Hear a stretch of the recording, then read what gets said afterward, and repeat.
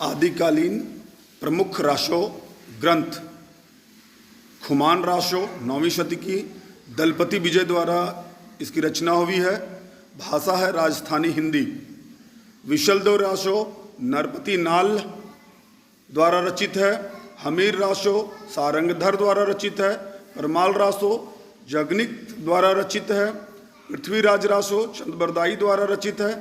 जयचंद प्रकाश भट्ट केदार द्वारा रचित है। जय मयंक जस चंद्रिका मधुकर कवि द्वारा रचित है। रनमल छंद श्रीधर द्वारा रचित है और राउल बेल रोड़ा द्वारा रचित है।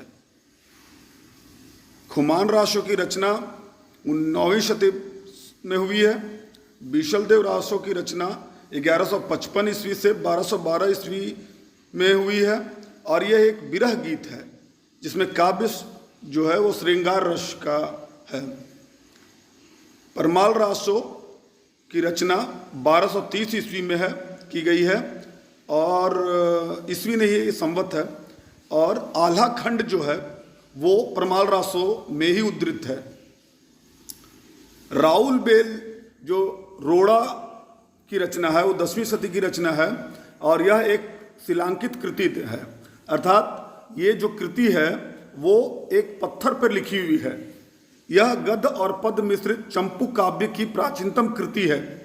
हिंदी में नक्सिक वर्णन की श्रृंगार परंपरा राउल बेल से ही शुरू होती है। ये प्रश्न पूछा जा सकता है कि हिंदी में नक्सिक वर्णन की श्रृंगार परंपरा किस ग्रंथ से शुरू होती है, तो वो राउल बेल है और इसके रचनाकार रोड़ा है।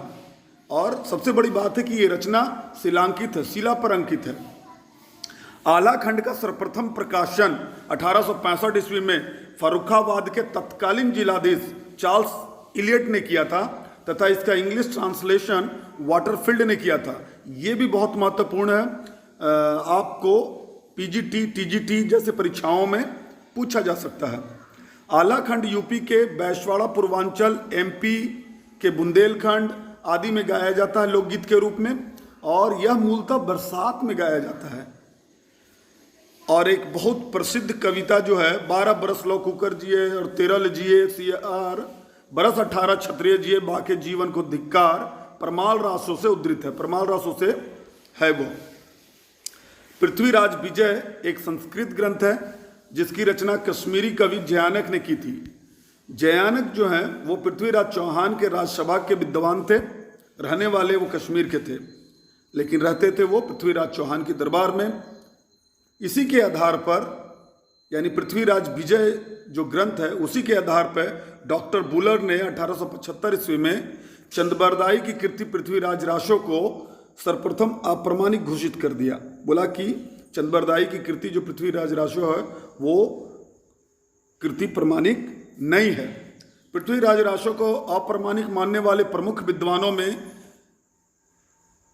प्रमुख हैं वो हैं आचार्य रामचंद्र शुक्ल, देवी प्रसाद, कविराज श्यामल दास, गौरी शंकर, हीराचंद ओझा। ये प्रमुख लोग हैं जो पृथ्वीराज राशों को प्रमाणिक नहीं मानते हैं। धन्यवाद।